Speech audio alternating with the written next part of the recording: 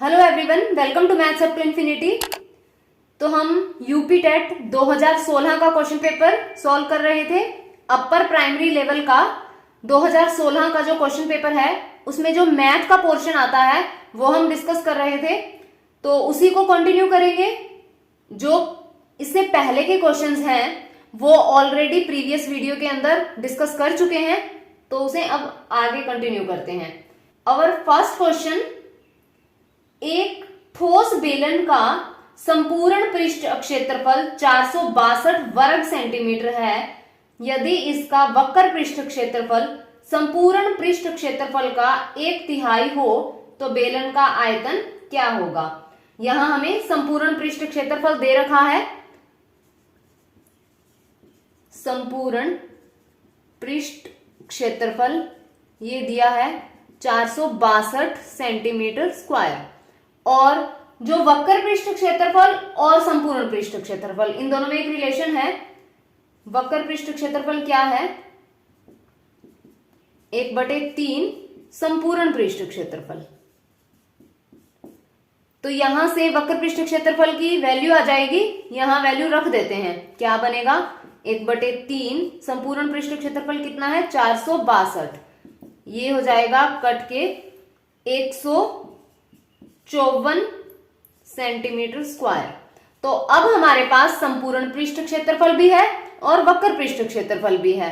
तो आयतन हमें फाइंड आउट करना है। सबसे पहले इनको फॉर्मूला के इक्वल लिख लेते हैं। तो ये क्या बनेगा? ये है हमारे पास संपूर्ण पृष्ठीय क्षेत्रफल बेलन का क्या होता है? 2πr(h) प्लस 2πr² बराबर 462। एक इक्वेशन ये आ जाएगी और एक यहां से बनेगी 2πr(h) बराबर 154। अब जो फाइंड करना है, क्योंकि पूरा सिंप्लीफाई करने की जरूरत नहीं है, जो वैल्यू हमें चाहिए हम सिर्फ वही फाइंड करेंगे। आयतन हमें फाइंड आउट करना है। आयतन क्या होता है? πr²h। तो इसके लिए πr(h) की वैल्यू तो हमें मिल सकती है, h की वैल्यू अलग से फाइंड करने की जरूरत नहीं है। πr(h) यहां से आ जाएगा, 2 से हम यहां डिवाइड कर देंगे, कर ही देते हैं। πr(h) आ जाएगा 154/2, तो ये 77। ये वैल्यू आ गई और यहां एक r एक्स्ट्रा रह गया, और r की वैल्यू हम यहां इसे सिंप्लीफाई करके फाइंड कर लेते हैं। तो यहां तो ये कितना बन जाएगा? 77, और r चाहिए वो यहां से देखते हैं। अब हमारे पास ये और ये दो इक्वेशंस हैं और r फाइंड करेंगे। तो कैसे करेंगे? ये जो वैल्यू है ये यहां पुट करते हैं। 154 प्लस 2πr² बराबर 462 हो जाएगा। यहां से 2 गुणा 22/7 r² बराबर 462 माइनस 154 दूसरी तरफ ले जाएंगे, तो ये क्या बनेगा? r² बराबर ये हो जाएगा हमारे पास 308, और ये पलट जाएगा और ये 7/22 हो जाएगा। तो ये पूरा कैंसल आउट, ये बनेगा 154, और यहां ये 7, ये कितना हो गया? 49। r² बराबर 49 हो जाएगा और r की वैल्यू 7 आ जाएगी। अब ये r की वैल्यू हम यहां पुट कर देते हैं, ये 7। तो जब हम इनको गुणा करेंगे ये हो जाएगा 539, 539 सेंटीमीटर क्यूब, क्योंकि आयतन है तो ये सेंटीमीटर क्यूब हो जाएगा, और यहां से ऑप्शन बी करेक्ट हो जाएगा। नेक्स्ट क्वेश्चन है, 11 सेंटीमीटर गुना 4 सेंटीमीटर एक आयताकार पेपर के टुकड़े को मोड़कर बिना दोहराव के एक बेलन ऊंचाई 4 सेंटीमीटर का बनाया जाता है। बेलन का आयतन क्या होगा? तो इंग्लिश में भी देख लेते हैं। A rectangular piece of paper 11 centimetre multiply 4 centimetre is folded without overlapping to make a cylinder of height 4 centimetre, then the volume of the cylinder will be. तो वॉल्यूम हमें फाइंड आउट करना है। एक पेपर ले लेते हैं हम, जैसे ये पेपर है और इसमें 11 सेंटीमीटर और 4 सेंटीमीटर। ये हमने यहाँ 11 ले लेते हैं, ये 11 सेंटीमीटर हो गया और ये 4 सेंटीमीटर हो गया। और इसे फोल्ड करना है ताकि ये बेलन बन पाए। इस तरह से हम इसे फोल्ड कर देते हैं। ये बेलन हो गया और इसकी जो हाइट होगी, जो ऊंचाई होगी, वो ये हो जाएगी। ये 4 सेंटीमीटर बेलन की ऊंचाई हो गई। और जो ये हमारी साइड थी, ये 11 सेंटीमीटर था, ये यहाँ ये सर्कुलर हो गया और ये 11 सेंटीमीटर क्या हो गया, परिधि हो जाएगी। यहाँ ये परिधि हो गई और ये ऊंचाई हो गई। तो बेलन की ऊंचाई h हो जाएगा हमारे पास 4 सेंटीमीटर और ये जो वृत्त है ये वृत्ताकार हो गया और इसकी परिधि हो जाएगी 11 सेंटीमीटर। तो हम फॉर्मूला में ही रखते हैं 2 पाई r बराबर 11 सेंटीमीटर। क्योंकि आयतन निकालना है, आयतन के लिए फॉर्मूला क्या होता है, पाई r स्क्वायर h। तो हमें r चाहिए क्योंकि h की तो वैल्यू है ही हमारे पास ये, और r की वैल्यू हम यहां से ले लेते हैं। क्या बनेगा ये 2 मल्टीप्लाई पाई कितना है 22/7 लेना है, और वैसे गिवन नहीं है वैल्यू लेकिन 22/7 लेंगे।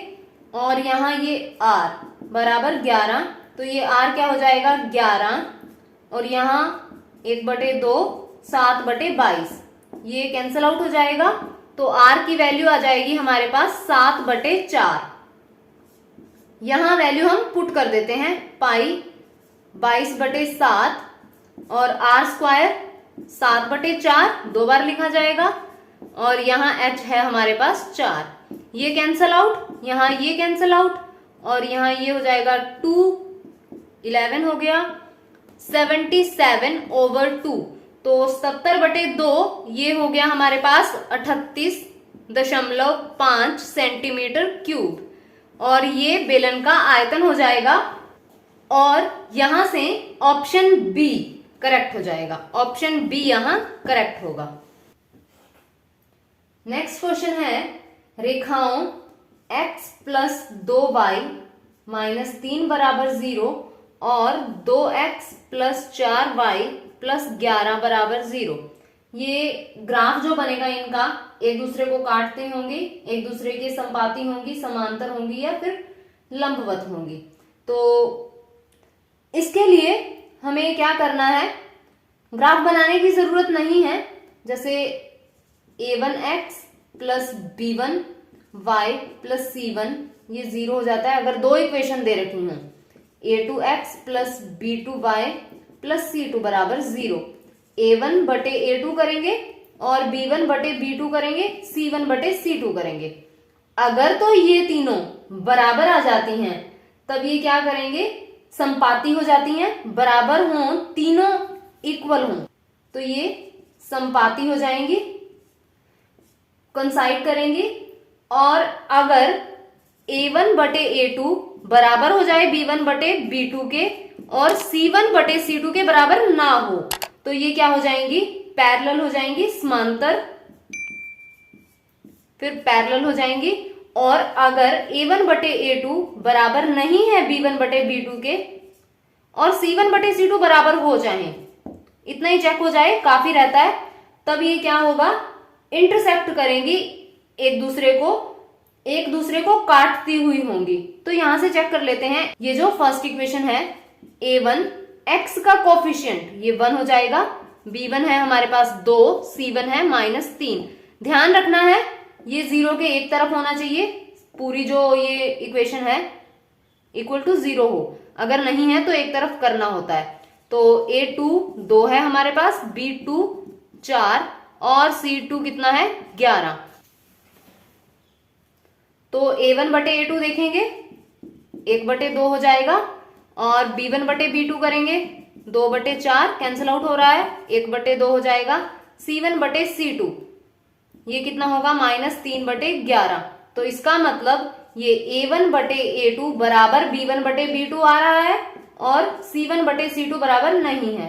तो इसका मतलब ये जो लाइंस हैं ये समांतर होंगी, पैरेलल लाइंस हैं ये, और ऑप्शन सी करेक्ट हो जाएगा हमारे पास। ऑप्शन सी यहां से करेक्ट होगा। स्लोप से भी हम फाइंड आउट कर सकते हैं।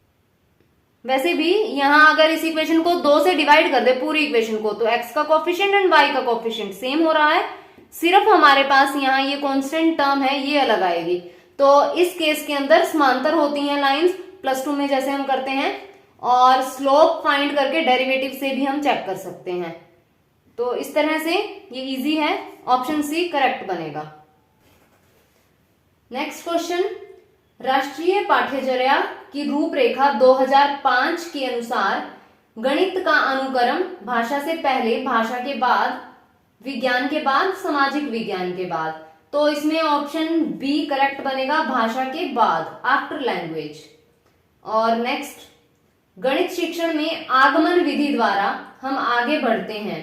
Inductive method of teaching mathematics we proceed from, सूक्ष्म से स्थूल की ओर, सामान्य से विशिष्ट की ओर, ज्ञात से अज्ञात की ओर, अज्ञात से ज्ञात की ओर। तो यहां ऑप्शन सी करेक्ट होगा, ज्ञात से अज्ञात की ओर। तो ऑप्शन सी करेक्ट बनेगा, नोन टू अननोन। अगला क्वेश्चन है, किसी आसन कोणों के युग्म में शीर्ष बिंदु हमेशा उभयनिष्ठ होता है, एक भुजा हमेशा उभयनिष्ठ होती है, वे भुजाएं जो उभयनिष्ठ नहीं हैं हमेशा विपरीत किरणें होंगी। तो बताना है कौन सा ऑप्शन सही है। इंग्लिश में भी देख लेते हैं, कई बार स्टेटमेंट हिंदी से ज्यादा इजी रहती है इंग्लिश में। तो in a pair of adjacent angles vertex is always common, one arm is always common and uncommon arms are always opposite rays.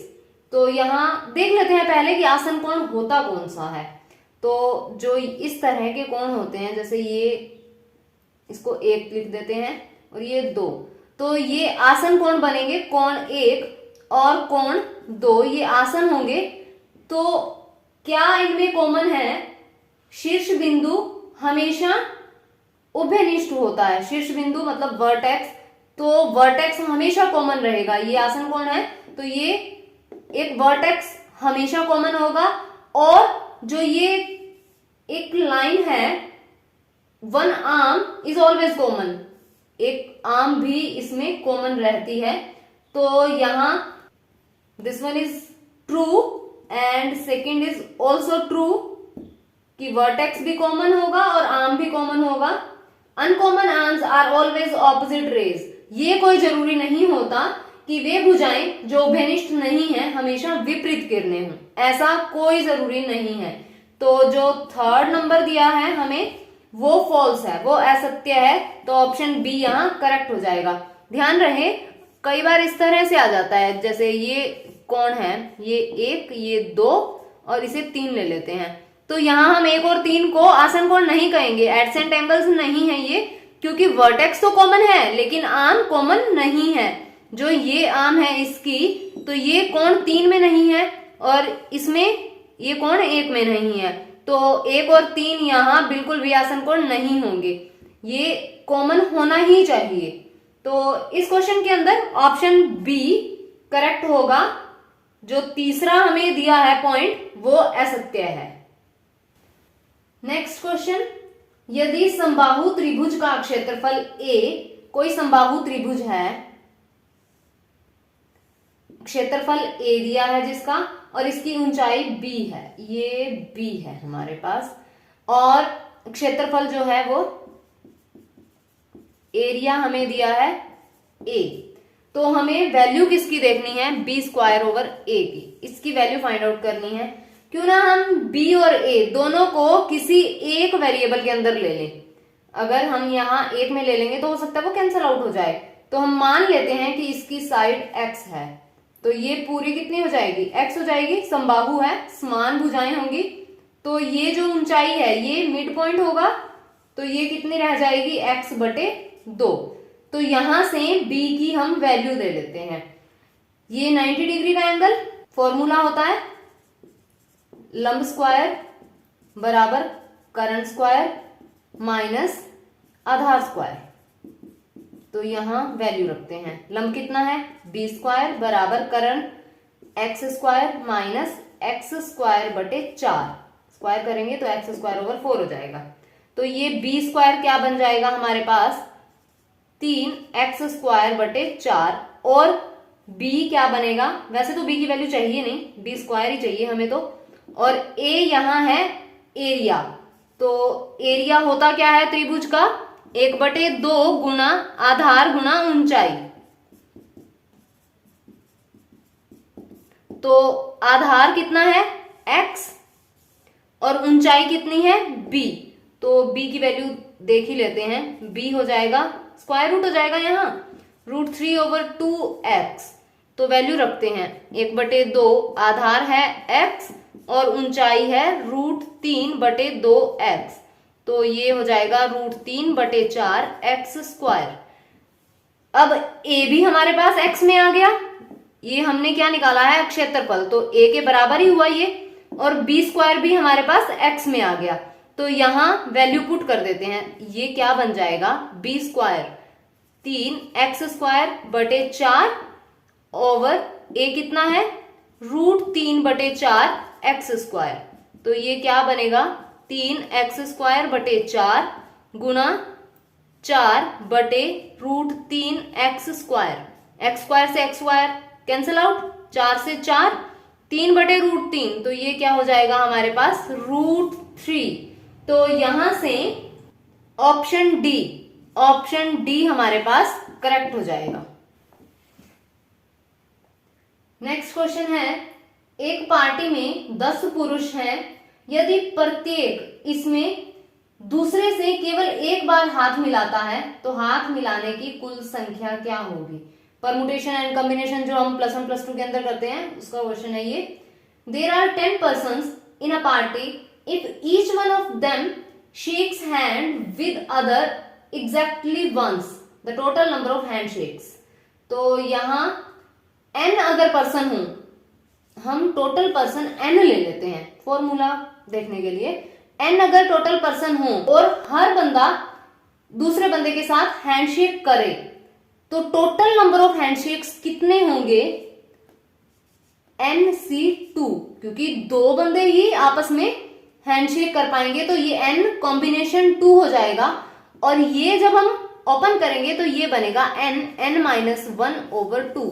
तो आप डायरेक्ट ये ध्यान में रखिए कि अगर n पर्सन है तो n(n-1/2 हैंडशेक्स होंगे, तो n की जगह हमें कितना दे रखा है, एक पार्टी में 10 पुरुष हैं, तो n बराबर कितना है 10, यहां वैल्यू रख देते हैं 10, और ये 10 - 1/2 हो जाएगा 10, और यहां ये 9/2, तो यहां कैंसल 5 आ जाएगा, और ये 45, तो टोटल जो हैंडशेक्स होंगे वो 45 होंगे, तो हाथ मिलाने की कुल संख्या 45 हुई, यहां से ऑप्शन सी करेक्ट हो जाएगा। अगला क्वेश्चन है, एक घोड़ा 30 मीटर लंबी रस्सी द्वारा खूंटे से बंधा है, जब घोड़ा रस्सी को कसी हुई रखते हुए वृत्ताकार पथ पर घूमता है और केंद्र पर 105 डिग्री का कोण बनता है, तो ज्ञात कीजिए कि घोड़े ने प्रारंभिक स्थिति से कितनी दूरी तय की।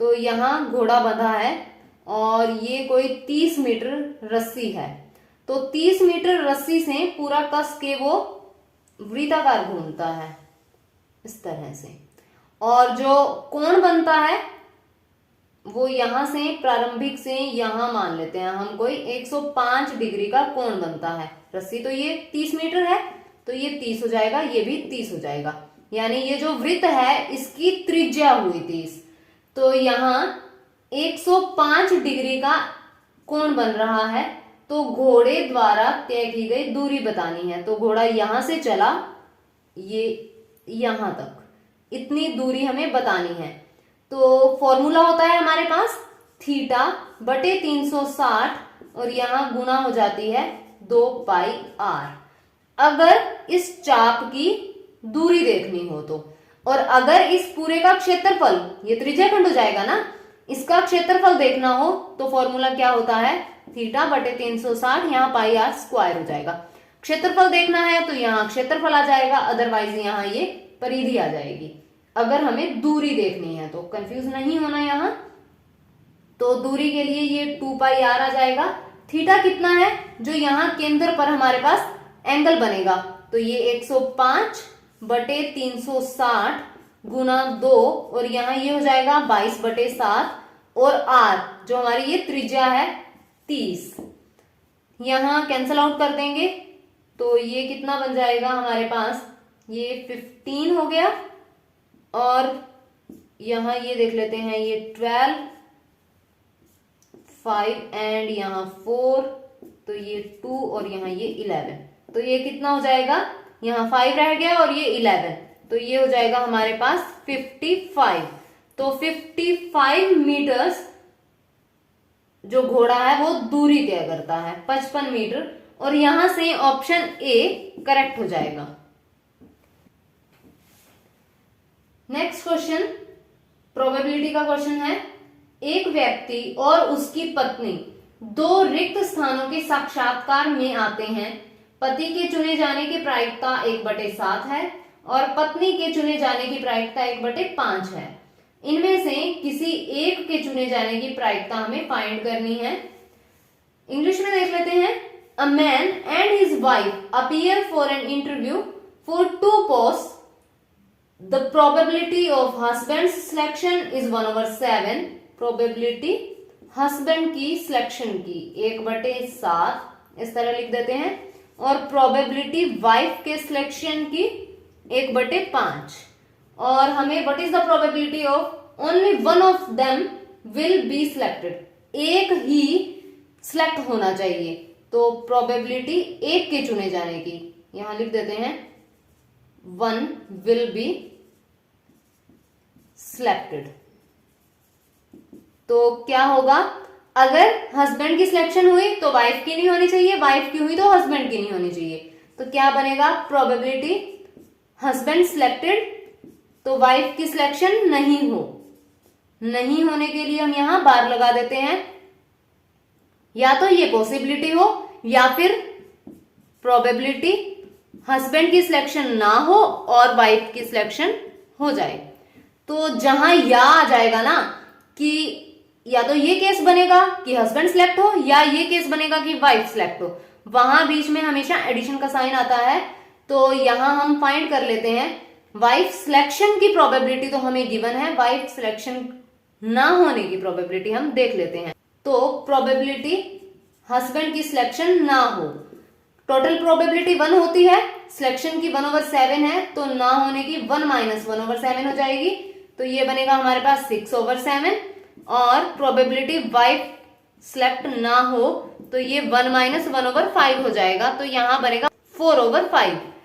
तो यहां हम वैल्यू पुट कर देते हैं जो ये है, probability of husband selection 1/7 multiply wife not selected 4/5 plus husband not selected यानी 6/7 और वाइफ सिलेक्टेड 1/5, तो ये क्या बन जाएगा 4/35 प्लस 6/35, तो ये 10/35 हुआ, कैंसिल आउट हो जाएगा 2 7, तो ये 2/7 आ जाएगी प्रोबेबिलिटी किसी एक के चुने जाने की, और यहां से ऑप्शन बी करेक्ट हो जाएगा। तो आज की वीडियो में बस इतना ही। इसके जो रिमेनिंग क्वेश्चंस हैं, बाकी जो रह गए हैं, उन्हें हम नेक्स्ट वीडियो में डिस्कस करेंगे। तो अगर वीडियो पसंद आए तो लाइक कीजिए, शेयर कीजिए एंड चैनल को सब्सक्राइब कीजिए and press the bell icon, ताकि आने वाली वीडियोस की नोटिफिकेशन आपको मिलती रहे।